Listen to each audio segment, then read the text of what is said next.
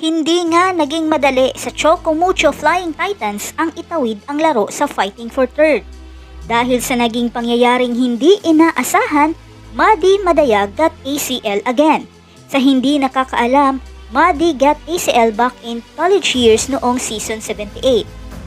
At bago pa man ang lahat, please like and subscribe at pakispike na rin sa bell button para sa mga susunod na volleyball ganap. At naglabas na nga ng statement ang Chocomucho management on Madi Madayag's injury. Nakakapanlumo ito sa team captain nila. It was diagnosed with a complete ACL tear on her left knee noong August 11, 2021. Initial treatment was given to Madi pero i-undergo pa rin ito sa surgical procedure next week. Let's keep praying for Captain Madi for fast recovery. In the meantime, hindi mapigilan ni Madi Madayag na isiwalat ang kanyang saloobin sa pangyayari na mas importante pa rin ang health, rest at recovery ng mga manlalaro. Na kahit gaano ka pa kakondisyon at intensive strengthening at training bago pa ang liga, ay hindi pa rin ito sapat para hindi magpahinga at para mapadali lang matapos ang liga. Madi Madayag statement, I understand that this conference was truly difficult to organize and fully planned out given the current situation of our country. And I am grateful for those who made the effort so that the games pushed through. Pero kahit na nga gaano ka pa kalakas, 7 to 8 straight games at non-stop competing ay hindi ito makakaya. And remember, before Madi's injury, Regine Arucha's cramps stopped the momentum against Petrogas on first game fighting for third. No athletes deserve to be put into the risk of injuries when there are other options to carry on strategizing, which will be benefit all and lessen the risk. I'm sure all of the players want to compete as much as the fans would like to watch and support their squad.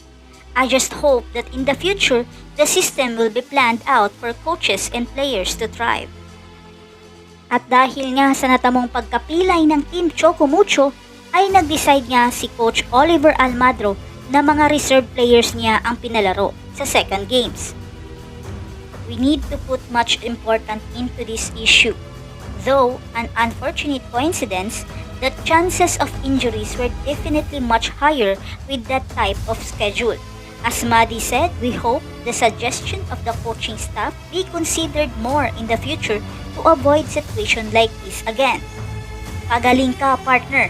We still got some work to do together. Ayaw na nilang may susunod pa sa nangyari kay Madi. But we all know, Chocomucho captured the heart of the people.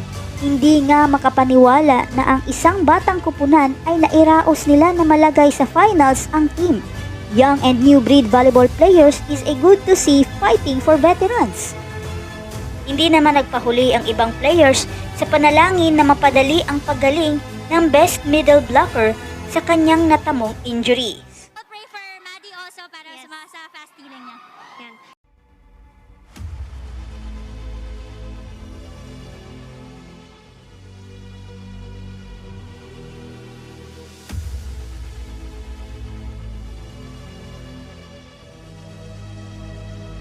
Come back stronger, Captain Madi Madayag and all of the Chocomucho Flying Titans. Ito ay isang lesson learned sa lahat ng nag-o-organize. Hindi madali pero health first. But we are still hoping that in the future everything's will gonna be okay. For Madi, we can't wait to see you on court. Praying for you, Captain.